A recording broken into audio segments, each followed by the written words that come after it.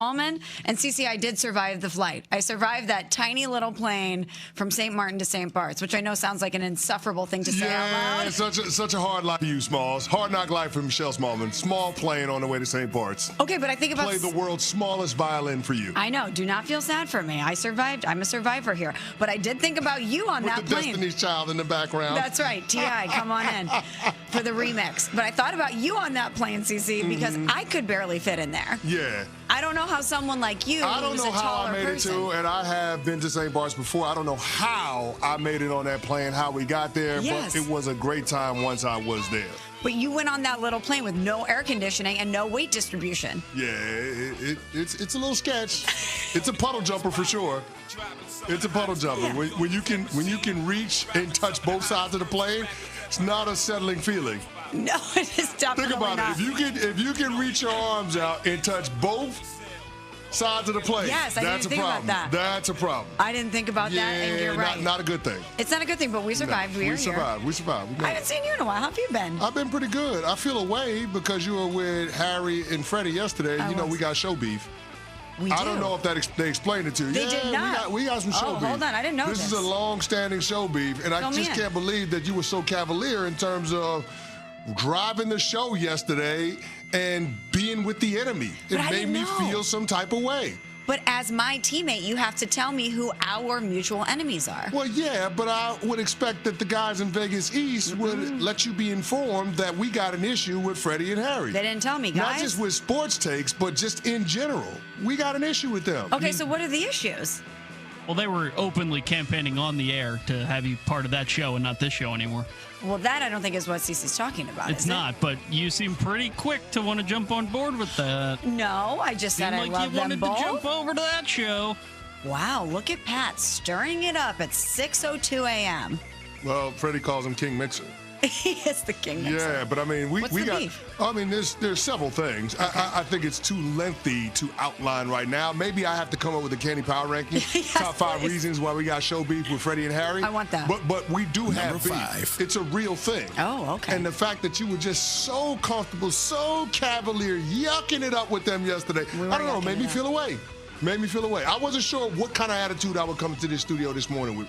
Towards you. Well, why don't we squash our beef? Because I didn't know that I needed to support you in your beef. Okay, but I just need you to ride for unsportsmanlike. And if we got an issue with Freddie and Harry, if one person on this show has an issue with Freddie and Harry, we all got an issue with Freddie and Harry. That's right.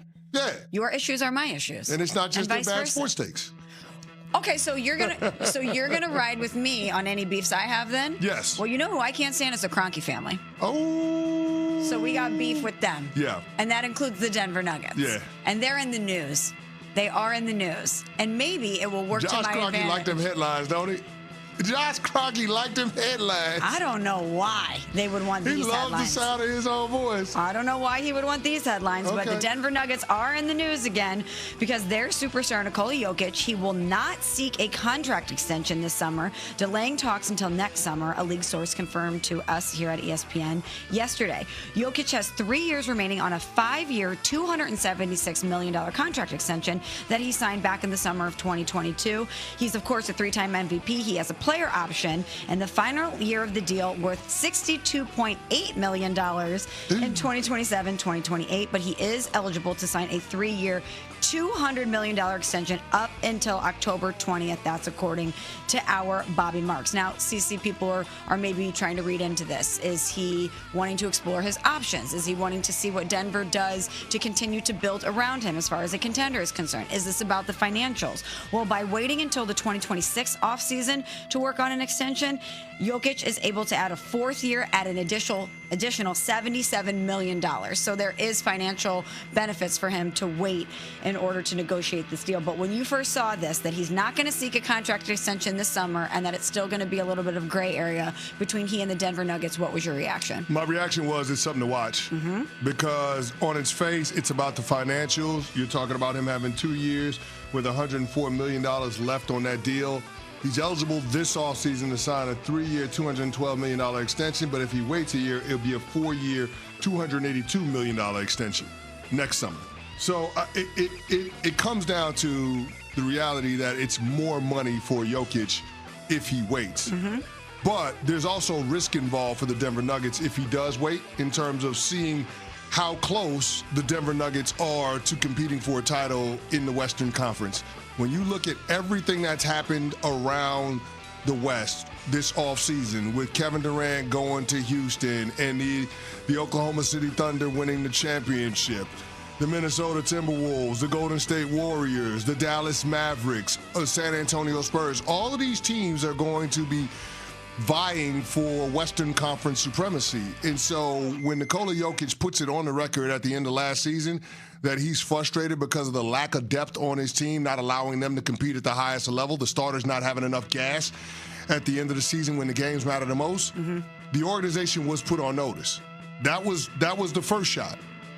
This is the second one. And it's got to be an unsettling feeling if you're Josh Kroenke, if you're a part of the KSE group, and you're going into next summer with Nikola Jokic not having signed an extension. Right. Because now you're a year away from true free agency. Now, we know he's not going to get to free agency. Whether he ends up staying in Denver or he goes somewhere else, it'll ultimately be a sign and trade because he'll force his way out.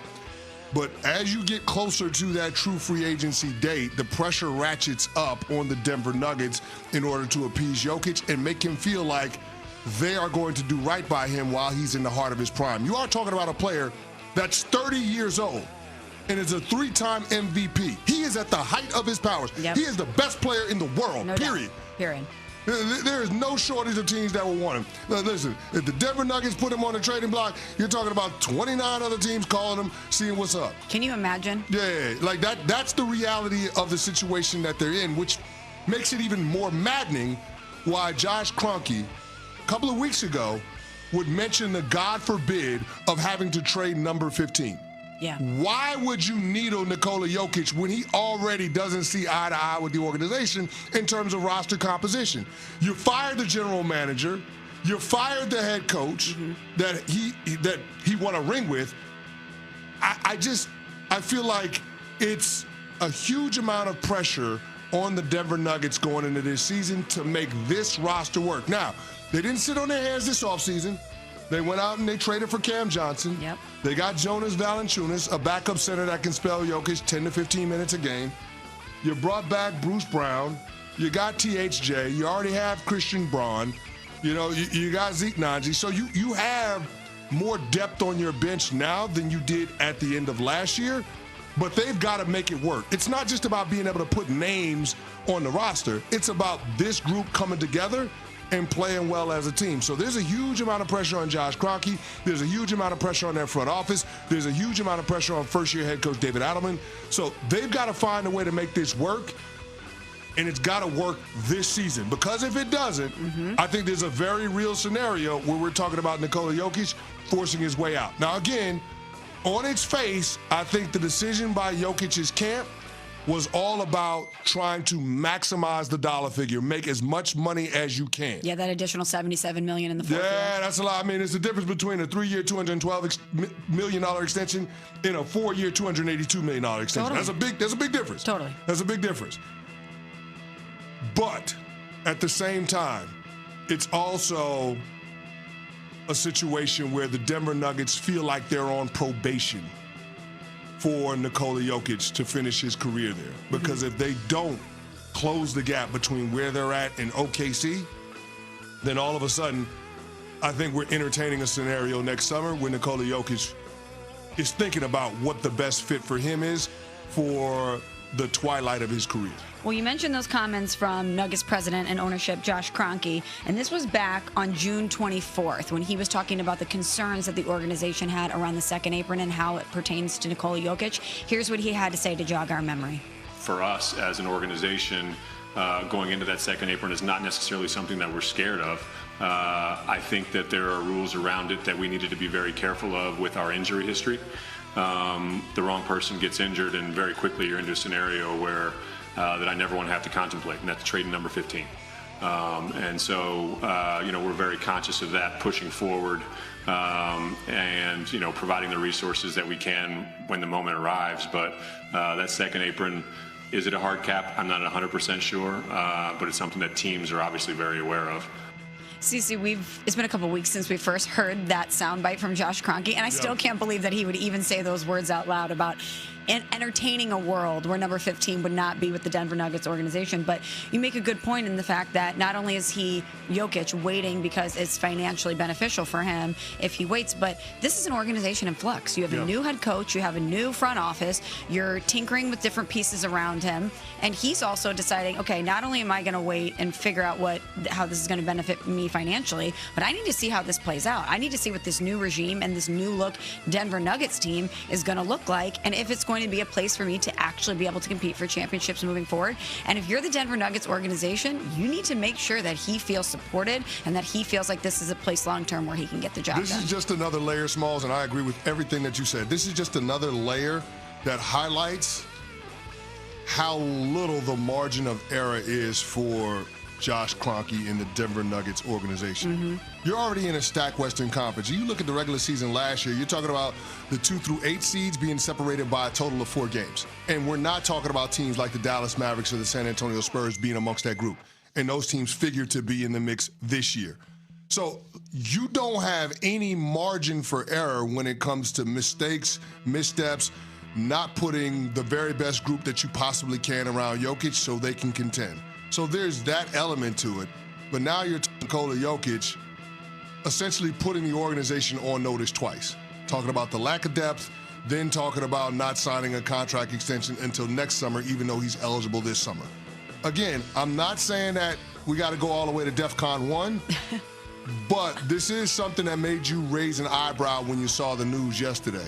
And off the heels of what the owner said a couple of weeks ago, if we get to next summer, and Jokic has not signed a contract extension, then all of a sudden, the trade talk about him moving on goes to a fever pitch. He's our Super Bowl champion, Chris Canty. I'm Michelle Smallman, and we're talking about how there's a lot of pressure on the Denver Nuggets to make sure that they are putting Nikola Jokic in a position to contend, as he's the best player in the world, and they want to maximize having him on in the organization. But the Knicks introduced their new head coach yesterday. Does he have more pressure on him than anyone in the NBA or anyone in sports, period, to get the job done? We're going to talk about it next. It's Unsportsmanlike, presented by Progressive Insurance. Well, when and back, 50 states and